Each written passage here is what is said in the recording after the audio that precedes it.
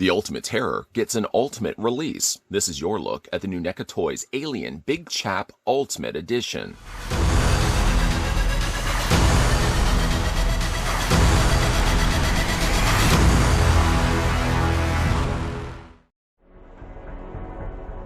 In a remote region of the galaxy, the United States space tug Nostromo, carrying a cargo of mineral ore, makes its return journey to Earth. The ship's crew, 5 men, 2 women, and a cat, are awakened from their hypersleep chamber when Mother, the onboard computer, monitors a strange transmission.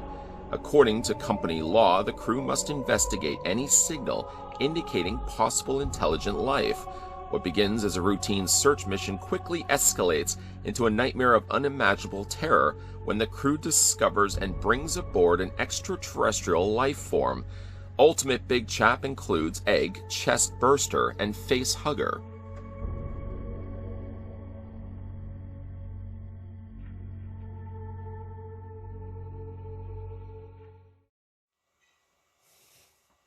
Before we get a closer look at the Big Chap, the first thing we're going to do is figure out how tall the figure stands. A bit of a long overdue review, I know. I had to wait for my local comic book store to finally stock this guy, as I didn't really want to pay the prices online to get him. If you're looking in the market of picking this one up for yourself, again, you can check either online or you can check your local comic book stores. They should be around everywhere. Places in the States like Target are generally stocking these round the clock. Well, not completely all around the clock, but you get the idea. Big Chap stands at 8.8 inches in height, and switching that to centimeters, then you're looking at the figure standing 22.3, so almost 22.5 centimeters tall. You may not likely find yourself displaying the xenomorph like this, but just to give you some scale comparison, we'll bring in Ellen Ripley, also from this wave. You can kind of get a good idea just how much taller the xenomorph is to Ripley. That's a good considerable size difference, but again, it's entirely up to you how you want to display it. I probably won't be having it standing straight up like this. I'll probably be finding some clever way to have it crouched down in the corners and in the shadows of my collection. But just to give you an idea of how the Big Chap stacks up to a standard size human character, also released by NECA Toys. Shall we have a look at the accessories that come included with the figure? Splendid. First things first, actually, you know what? First things first, let's have a look at the egg. The xenomorph does come included with the egg. We have gotten variations of the egg over the years. This one's clever enough, the way that they've incorporated a display base. Because as it stands right now, you're looking at the bottom of it, and it just looks like an empty well.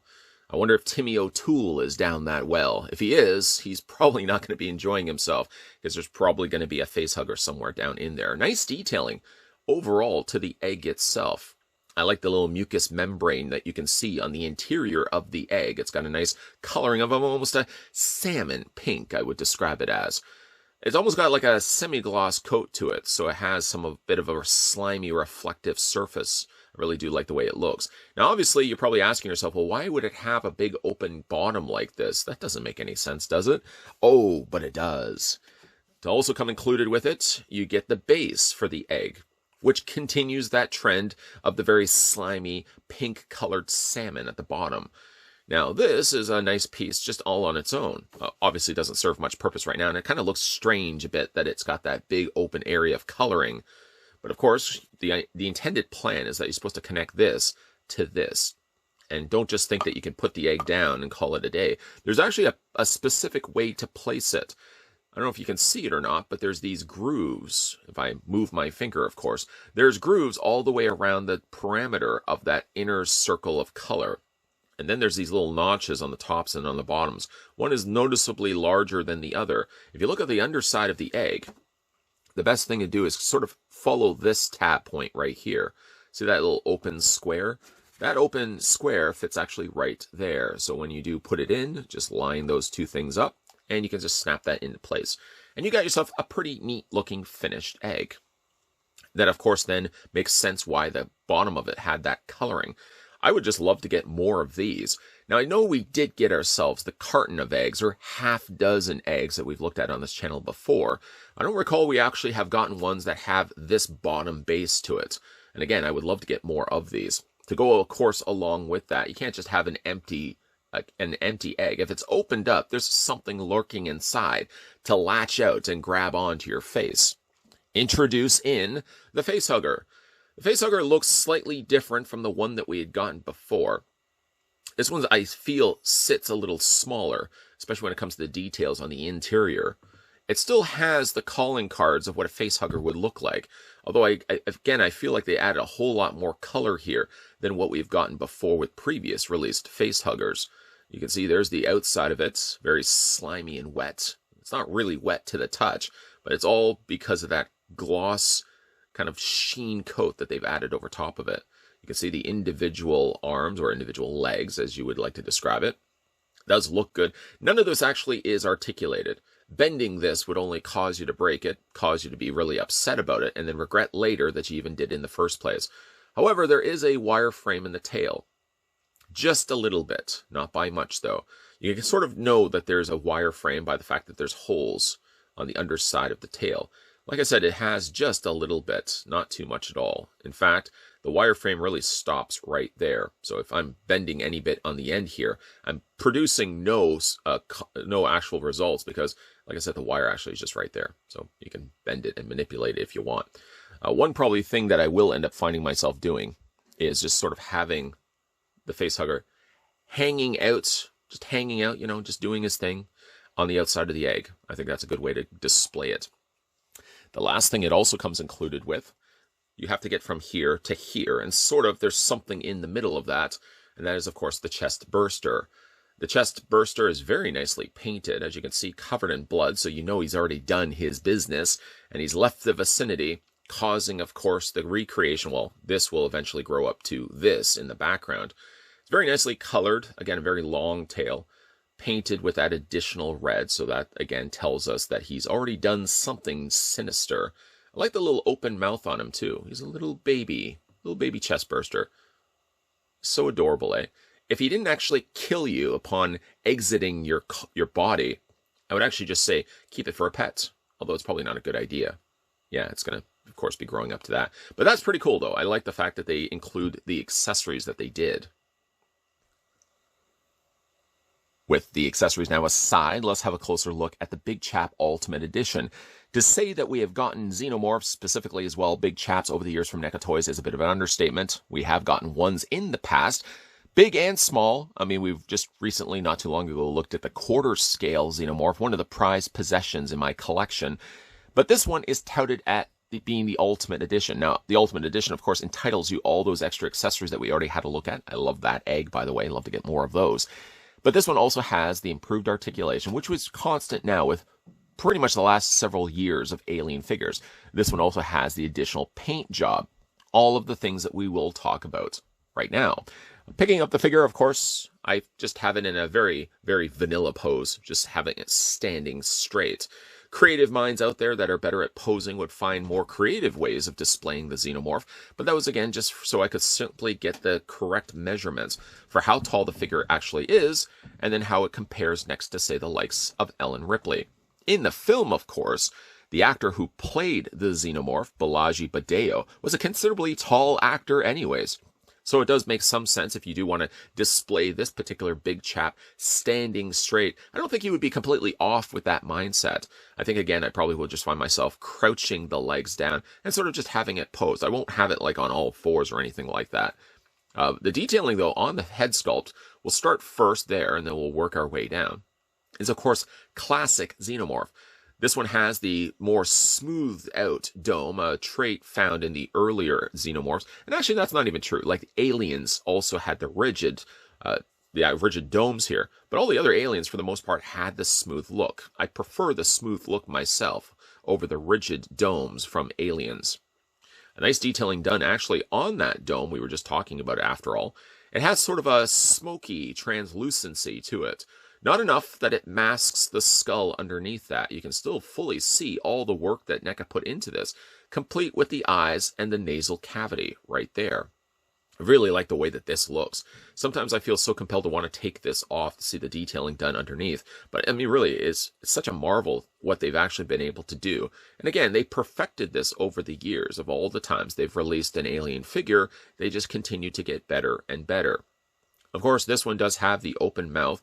Mine is a little on the stiff side, but I'd rather a stiff jaw on my alien than one that be really loose. Still has the inner jaw on the inside, which is next to impossible at times to actually get out there. Sometimes what I find myself doing, it's sort of strange that I'm using himself to fish this out. You could take a pair of pliers if you wanted to. I'm just using the tail for the time being. And again, you normally can get in there and fish the mouth out. Mine just happens to be really lodged back there. Back in the day, I think they used to have a little button switch on the back, or I may be probably thinking of the Kenner line that ejected the mouth out. Probably could have come in aid here, but certainly you don't want a little button activation point on the back of the figure's head sculpt. So again, instead, I'll just tussle and toil with the idea of trying to get that to fish out. Probably see if I can get it out later on. Nice detailing done to the teeth there as well, incorporating some much needed silver. It's about the only place where you get the silver happening here on the Xenomorph. It would make no sense to have it anywhere else. Instead, what you're treated to is a very dark plastic figure with details done all here, sort of airbrushed in a brownish gray. Coloring has changed over the years when it comes to Xenomorphs as well. Sometimes they swap that brownish gray in favor of a blue, sometimes a purple, sometimes even a greenish color as well. But I like to go with OG coloring more so. The idea of keeping it more just a consistent black with that just subtlety of that lighter color. You see a lot of it happening here on the rib cage and on its lower torso as well. This one is a very narrow-bodied Xenomorph. Of course, as the films would progress, the design of the Xenomorph would also change as well, changing the length of these, changing the length of its torso, and in some cases even drastically changing its hands, even though the hands already on the original Xenomorph were quite drastically different from a normal human hand.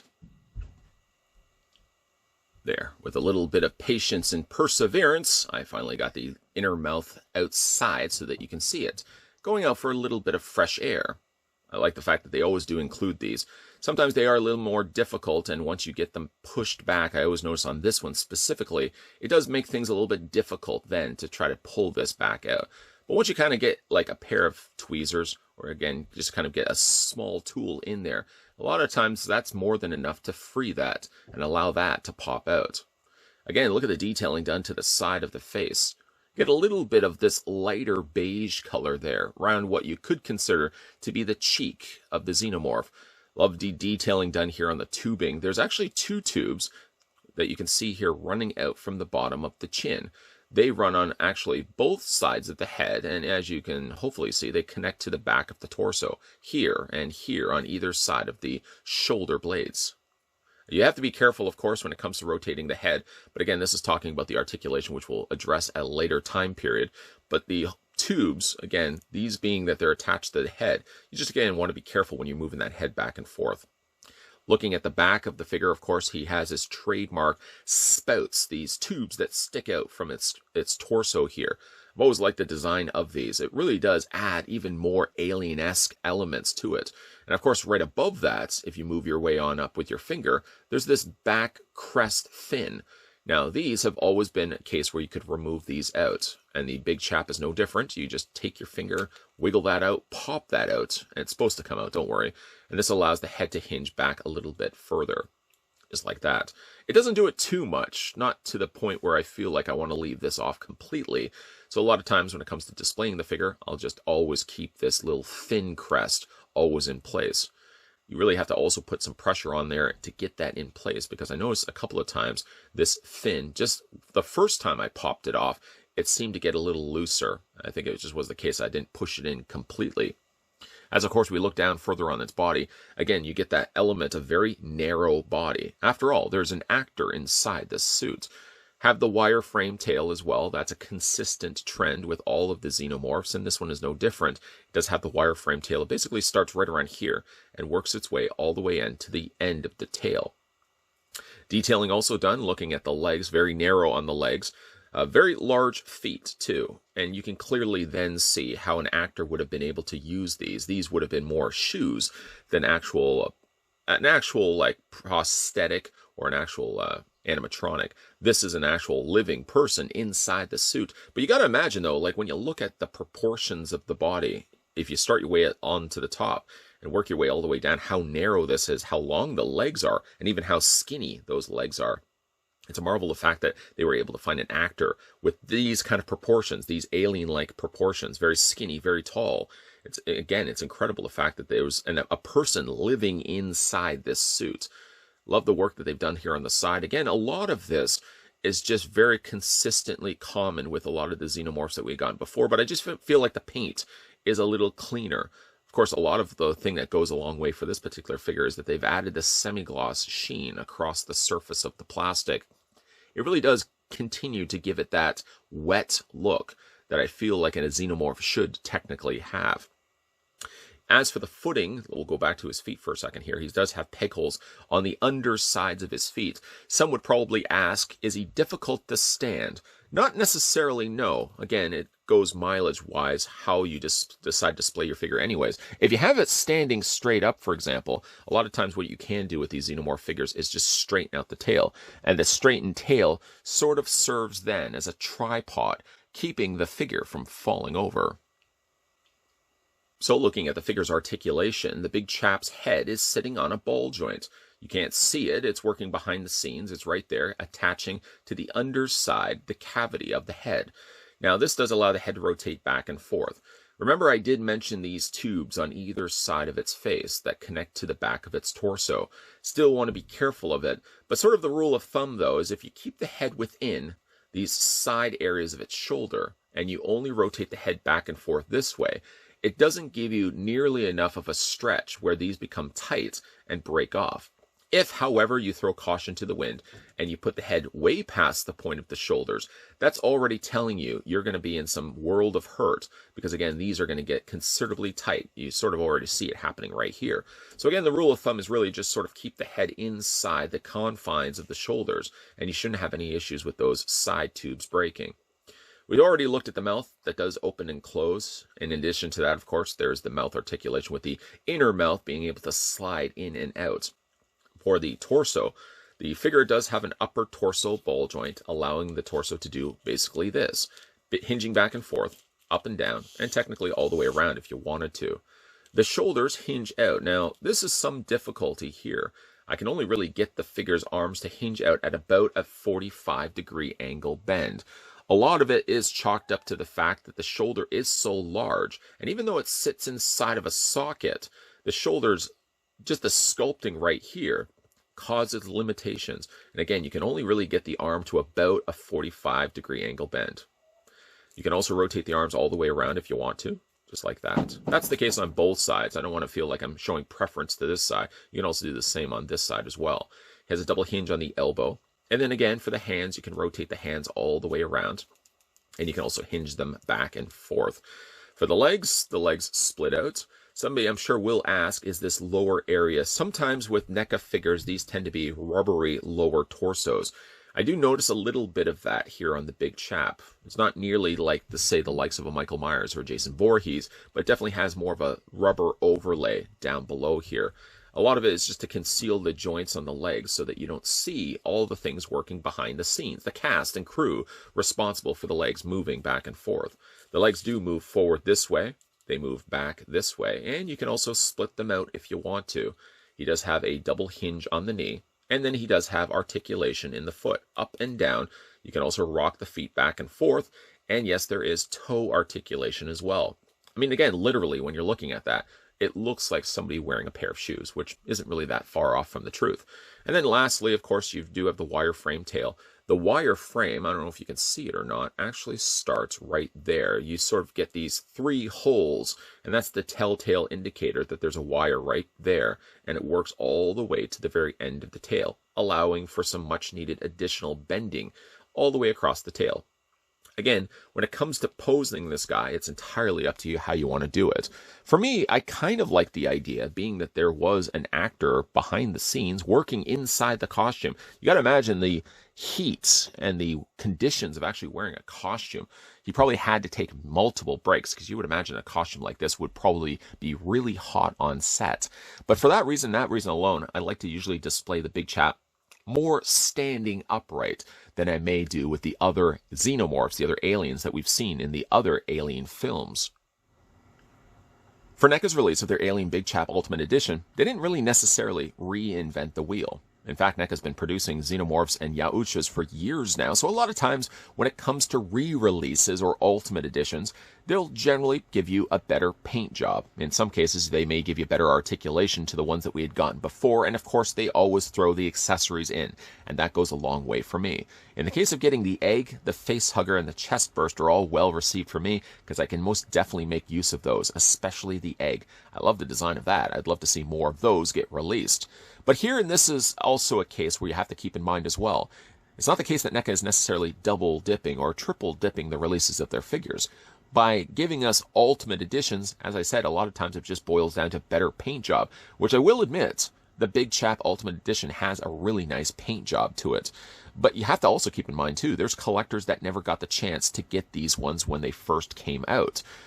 As certainly it goes, all collectors jump into the game at different time periods. So newer collectors, instead of having to source out the older releases online, can now get an opportunity to finally have an Ultimate Big Chap in their collection without having to fork over the high bucks in order to get those.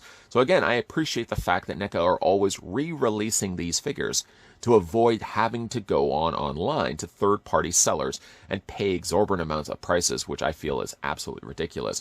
I do like the design of Big Chap. Likelihood I'll probably just find myself displaying the newer released Big Chap versus some of the older aliens that I've had on display shelf. Usually when I get an Ultimate release, I may take the one I have already on the shelf and I'll just put it away on storage. Let me know down below in the comments section, though, what you guys think of the Ultimate Big Chap, and if you've managed to pick up this one for yourself. If you're also enjoying the content you're seeing on this channel, consider the idea of hitting that subscribe button down below, turning the bell notification on, and most definitely stay tuned to this channel because there's definitely going to be a lot of videos coming your way Monday to Friday, 12 p.m. and 2 p.m. Eastern Standard Time. And if you are in the market of getting NECA reviews coming your way, then keep your peepers peeled to this channel because there's definitely going to be a lot of new NECA reviews lined up and coming your way. As always, guys, thanks for watching, and I'll see you next time.